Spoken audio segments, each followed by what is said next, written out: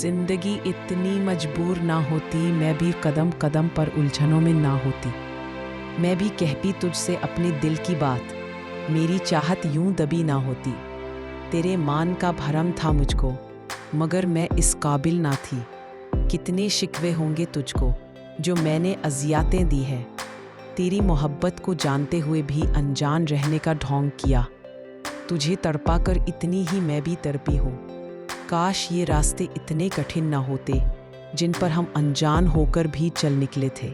आँखों के रास्ते से तो कभी दिल हमारे नहीं धड़के थे। दिल हमारे तो आपस में बातों से धड़का करते थे। हम तो एक दूजे की आवाज़ को तरसा करते थे। आवाज़ सुनते ही एक सुकून की लहर अंदर दौड़ जाया करती थी। सांसें तेज़ होने लगती थी।